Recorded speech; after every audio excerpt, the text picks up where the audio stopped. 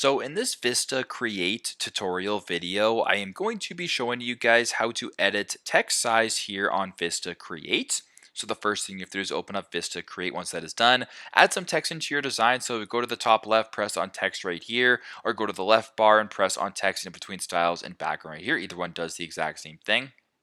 Just press on add text right here. And for this demonstration, I'll make the text a little bit larger so it's easier for you guys to see. Press on the text right here, wait till this top bar opens up, and where it says the number right here, so for example 272, that is the font size. So you can use the minus arrow to make it smaller, you can use the plus arrow to make it larger, whatever the case may be. You can play around with that way, or what else you can do is tap on the text right here, double tap it, and then change the number to whatever you want. So if you wanted maybe 80, press on 80 right there, and there you go. You've now changed the font size here to 80. So super straightforward. This is how to edit the text size here on Vista Create. Thanks again for watching, and I hope this video helps.